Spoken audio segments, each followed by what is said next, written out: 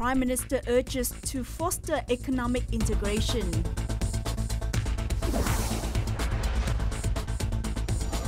And later on, Vietnam's economic growth prospects. Hello there, you're tuning into another edition of BizLine here on VTV International. I'm your host Hoàng Hằng, and let's take a look at some economic highlights over the past week.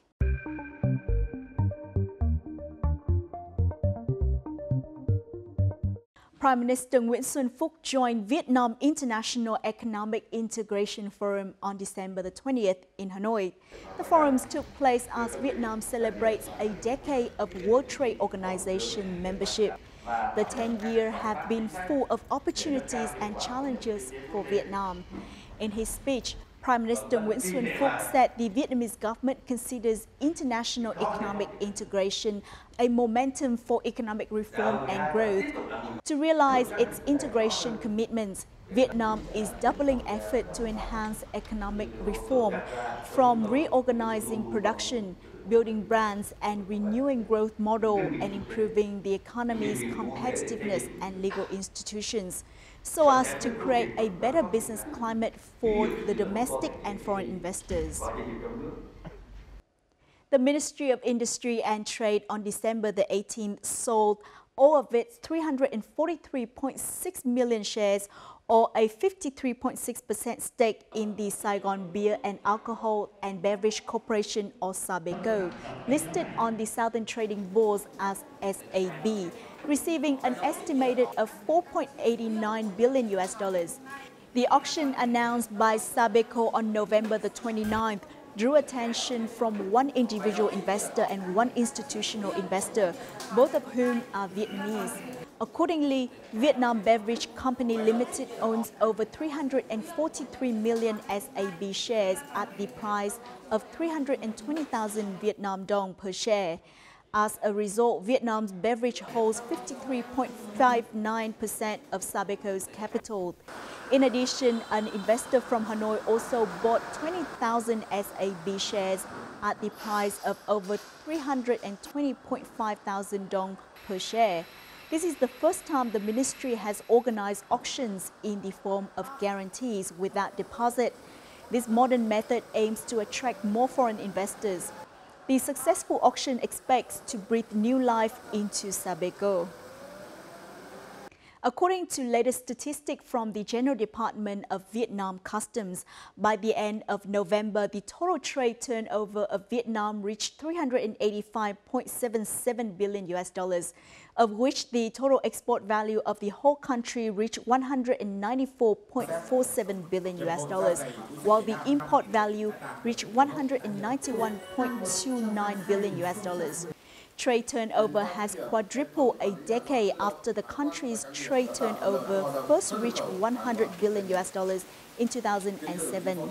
Also, according to the General Department of Vietnam Customs, by the end of November, the country had 6 provinces and cities with an export value reaching over $10 billion, including Ho Chi Minh City, Bắc Ninh, Thái Nguyên, Bình Dương, Đồng Nai, and Hanoi. Banking and finance is the sector with the strongest growth for 2017, according to Vietnam Report, a local market research company. More than 45% of the people who were surveyed highly value stocks in the banking finance sector, thanks to their strong growth and high profitability in the market. In second place are the real estate, construction and consumer goods sector with 29.2% and 20.8% of the vote, respectively.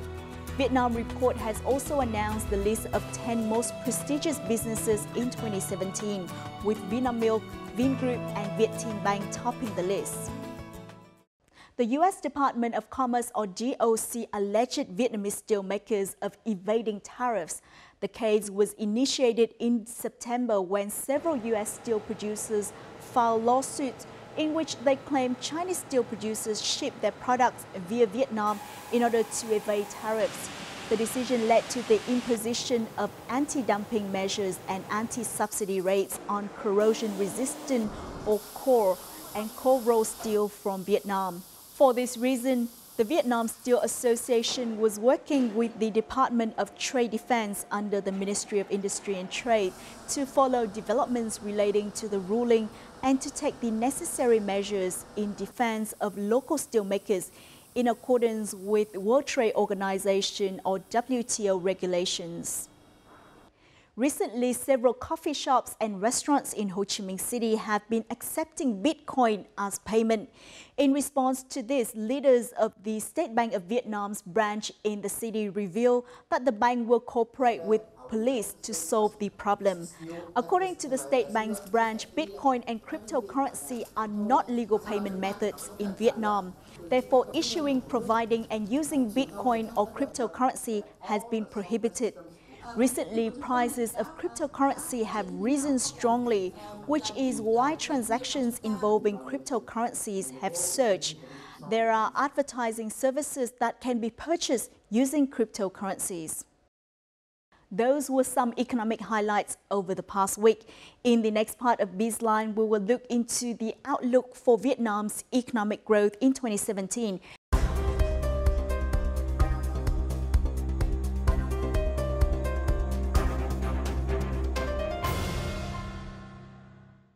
It's only a week left until the year's end, and that's when this year's socio-economic development result of Vietnam will be revealed.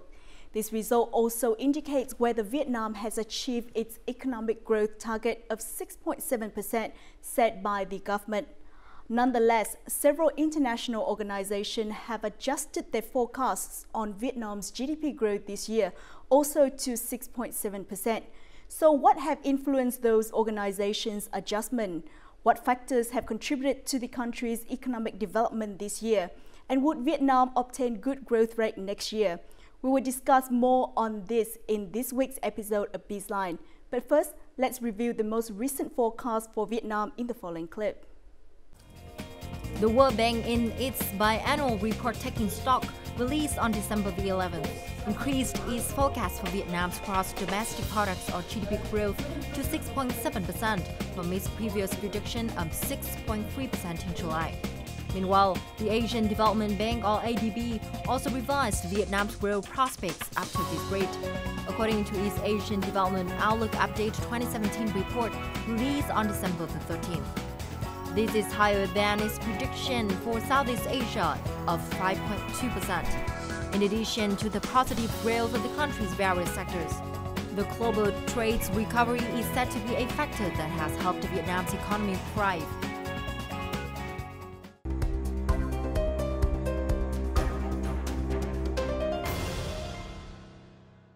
Joining our BizLine today is Mr. Sebastian Eckhart, lead economist of the World Bank in Vietnam, to further discuss the topic. Well, thank you so much for joining us. My pleasure. Now, the World Bank has revised its 2017 growth forecast for Vietnam to 6.7% from a 6.3% previously. So what factors have contributed to this adjustment? We basically saw a significant pickup in economic activity starting in the second quarter, but then really in the third quarter.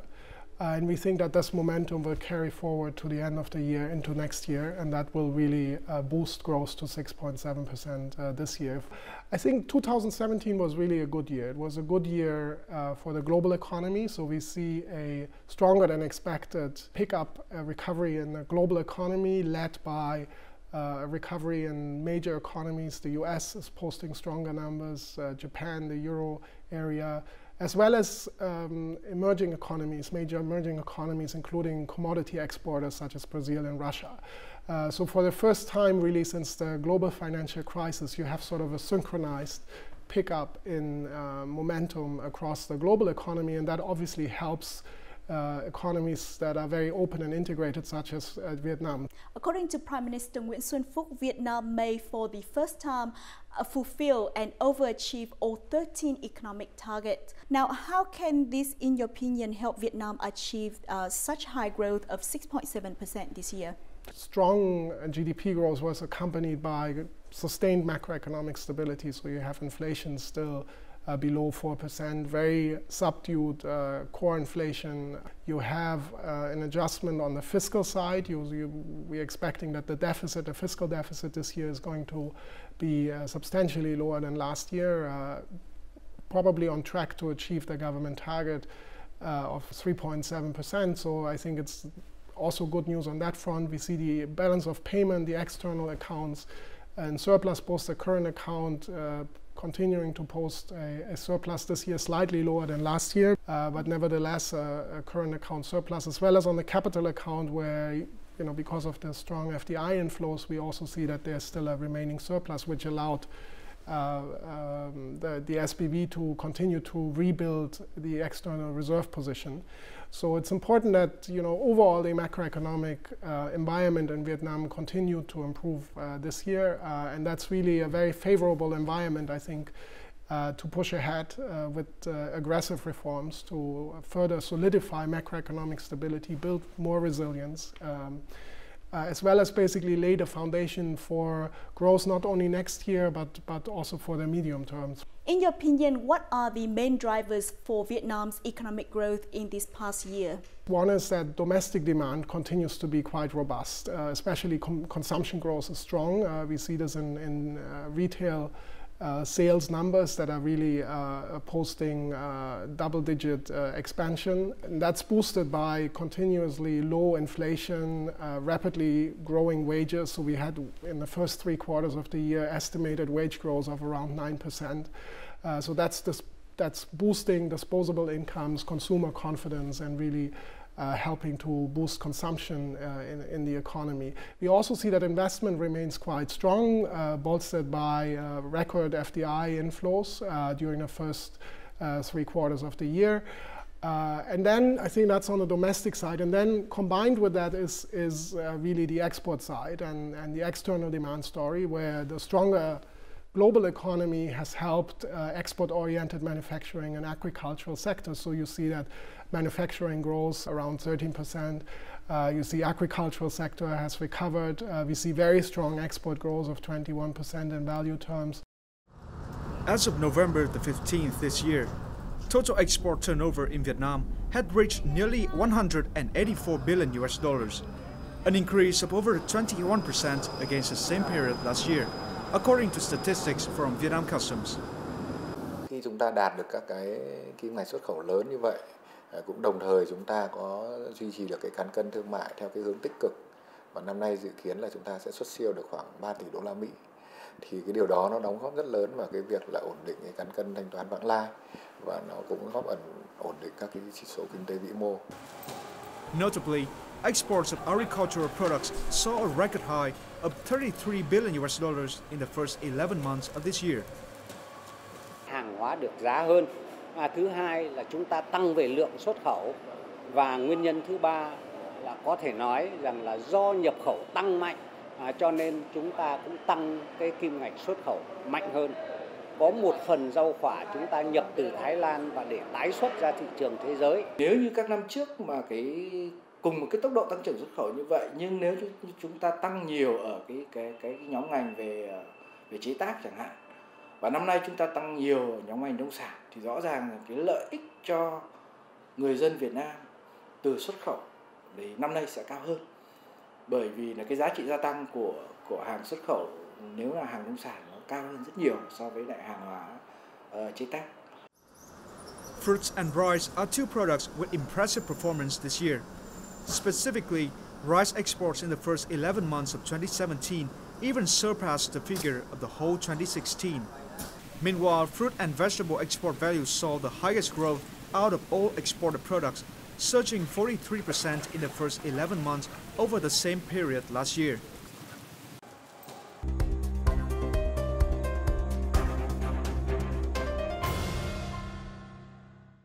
The agriculture sector of Vietnam has experienced a huge recovery with outstanding achievement in terms of export, especially rice and fruit and vegetable exports. In your opinion, how has this contributed to GDP growth of Vietnam? So it's positively contributing to GDP growth this year, the recovery in the agricultural sector. We also see that agricultural exports continue to do quite well. For Vietnam, a lot of the attention is focused on the manufacturing side because there really the growth numbers are so outstanding that this is getting a lot of attention, but it's overshadowing a very strong story on the agricultural side as well, and not only in terms of expansion of export levels, but also continued diversification. And you mentioned fruit exports. We now, I think, have about 3.1 billion. So I think that's definitely a success story, and that's showing that the agricultural sector really continues to have strong potential to contribute to Vietnam's overall economic performance. Now, according to the Ministry of Planning and Investment, the decrease in the mining sector has affected GDP growth this year. However, the manufacturing and processing as well as the service sector, along with strong export, have compensated for the decline. What is your take on this? The oil sector in particular, that's the biggest part of the story in the mining sector. The oil sector continued to contract this year, and there are various reasons. Part of it has to do with still relatively low oil prices, but I think more importantly, it's also a reflection of basically a maturing of the existing oil fields and the technical production capacity. So that's definitely a drag on economic growth. If we take out the oil sector from the economy, then the acceleration is even stronger, is higher than the non-oil sector obviously has accelerated to more than 6.7%. Overall, a very positive story that you basically have the non-oil sector and in particular manufacturing, agriculture, and then of course the services sector that is the largest part of the economy already is really carrying the momentum. The FDI sector is said to be an important factor driving the economic growth of Vietnam, not only for 2017, but also for the past years. Do you think this would be a burden for the country to rely so much on the FDI sector?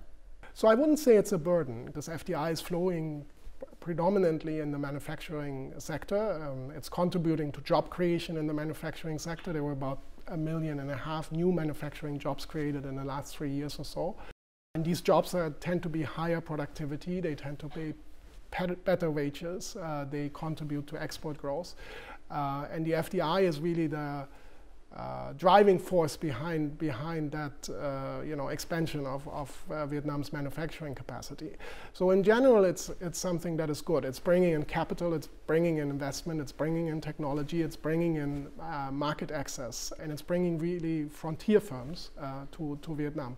Now, I think where it's posing, say, a risk or vulnerability is that, we all know that the linkages between the FDI sector and the domestic firms are still quite weak. We also know that there is, to some extent, especially on the export side, a very strong reliance on the FDI sector. I think that's clearly an over-reliance, and I think it's important for Vietnam structurally over time to build indigenous firms that are competitive, that can become suppliers to FDI firms, that can link into global value chains. And then also, of course, some firms should ultimately become exporters in their own right and start becoming really global players. Total foreign direct investment, or FDI, into Vietnam in the first 11 months of this year was estimated at over $33 billion, a 53.4% surge compared to the same period in 2016. This is according to statistics from the Foreign Investment Agency. Well, if you look at the statistics so far, more than 50% of that growth is in manufacturing, which is great news. It means companies are coming here to invest, to employ. They're putting roots down in Vietnam. The statistics look very good for this year. According to experts, the FDI sector has made positive contributions to Vietnam's economy, not only in 2017, but also in previous years.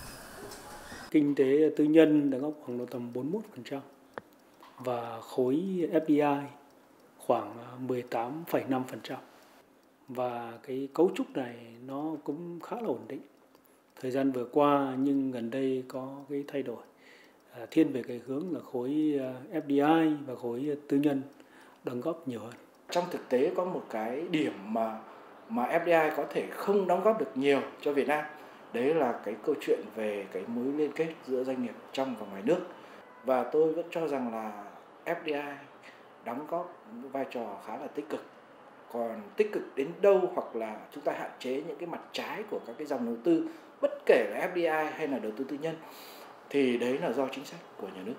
Và cái vấn đề là nhà nước kiểm soát cái câu chuyện đó như thế nào. Statistics from the Vietnam Customs show that FDI firms contributed up to over 71% to total exports as of November the 15th and nearly $22 billion in trade surplus.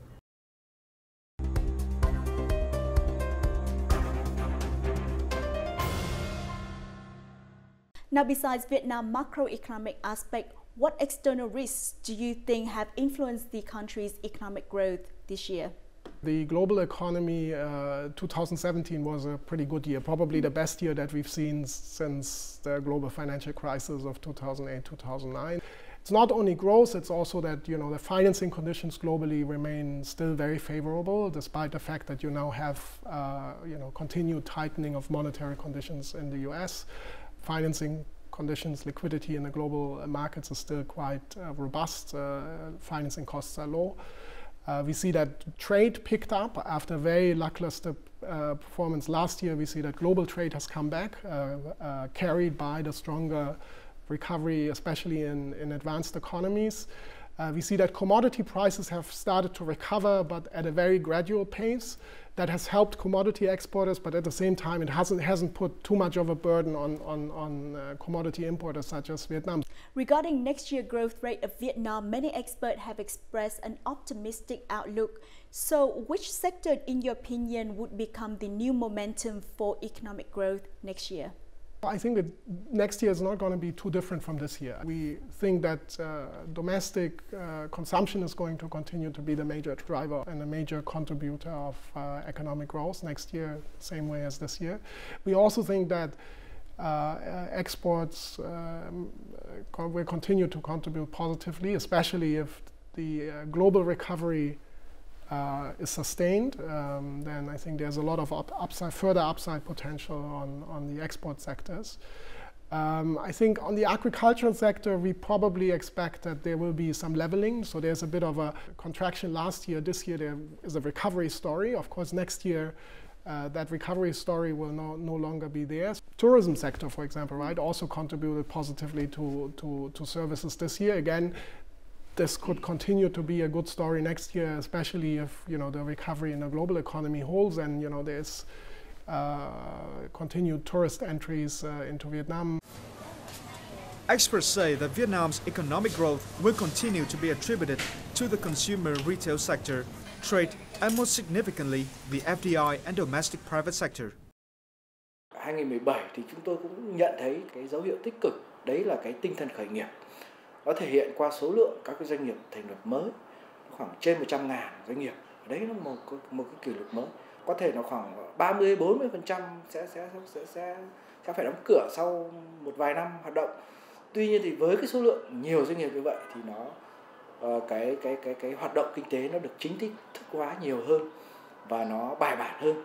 Làm sao mà nâng đỡ cái khu vực tư nhân nội địa nó tăng lên, và đó là cái định hướng thu hút đầu tư nước ngoài là không phải trên cái nguyên tắc gọi là ưu đãi, mà trên nguyên tắc là thể chế nó tốt để có những nhà đầu tư tốt vào, có cái trình độ công nghệ cao vào, thì như thế là cái mô hình tăng trưởng ấy nó vừa kết nối được với thế giới nhưng nó thay đổi được cái đẳng cấp phát triển. Experts say that several free trade agreements to be signed, such as the EU-Vietnam FTA or the soon-to-be implemented CPTPP, will have opened more trade opportunities for Vietnam in 2018.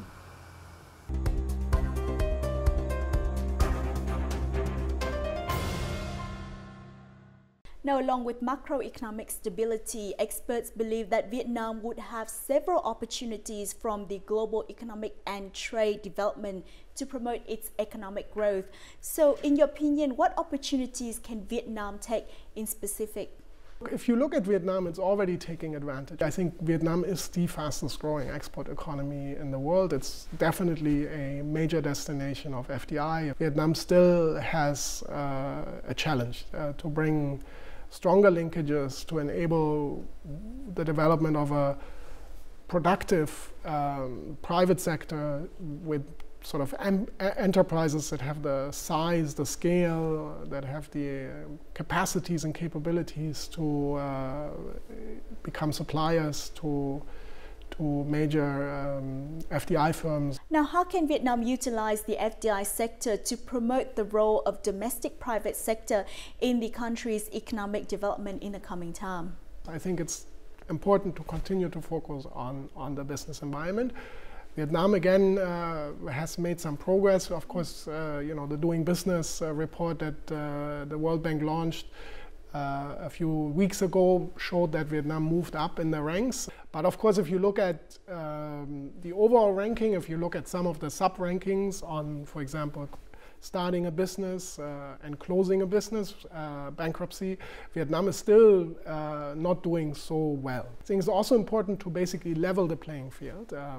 You know that many of the FDI firms, they benefit from red carpet treatment. They get specific support. They get, in some cases, tax concessions. They get access to good land. They get access to good infrastructure.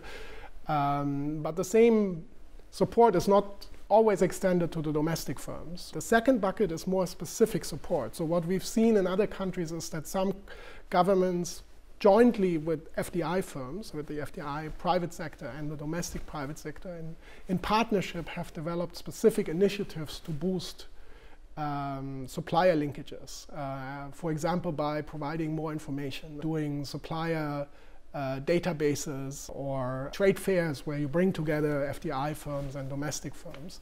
There have also been programs where you basically provide business services to domestic firms to enable them to comply with the management techniques, the quality assurance processes that are required to meet the timeliness and the quality standards of FDI firms that are, of course, very stringent. Now, 3 scenarios have been pointed out for Vietnam's economic growth. First is Vietnam will enjoy a 6.3% GDP growth in 2018. Second, saying that Vietnam will have a higher and stable growth until 2020. And another scenario says that the GDP growth will reach 6.5% next year for Vietnam. What would be the most likely scenario to take place in your opinion? So our forecast is also 6.5 for next year, and then we have that for the medium term as well. If you take out cyclical factors, we think that the sort of the steady state would be around 6.5%. We also think that this year there were a few one-off factors that really contributed to growth. For example, the recovery in agriculture that will not be there next year to the same extent. I do think there's upside potential, especially if the global recovery continues or becomes even stronger. I think then there's potential for higher growth numbers. But there are also a number of downside risks as well, some of which are global: tightening of financial conditions, geopolitical risks, issues around potential protectionism and so on. But also domestic, banking sector, SOE, I think those kind of structural reforms, I think they need to continue with the same momentum as we've seen this year in order to both contribute to a positive investor sentiment and optimism in the economy, but also, frankly, to lay the foundation for medium-term growth in the economy. Whether Vietnam can obtain its growth target this year and whichever scenario happens for 2018, experts suggest several measures for the country in order to achieve sustainable growth. Besides controlling inflation and bad debt and monitoring credit growth, they say that Vietnam should continue improving its business and investment environment. As such, it can attract more FDI into the country, foster private sector's development, especially domestic enterprises, as well as promote the link between FDI and the domestic firms. We will keep you updated on the economic development result of this year. And that's all for this episode of BizLine. For more of our programs and updates, please log on to vtv4.vn or our YouTube channel at VTV4Go. Goodbye for now, and thanks for stopping by.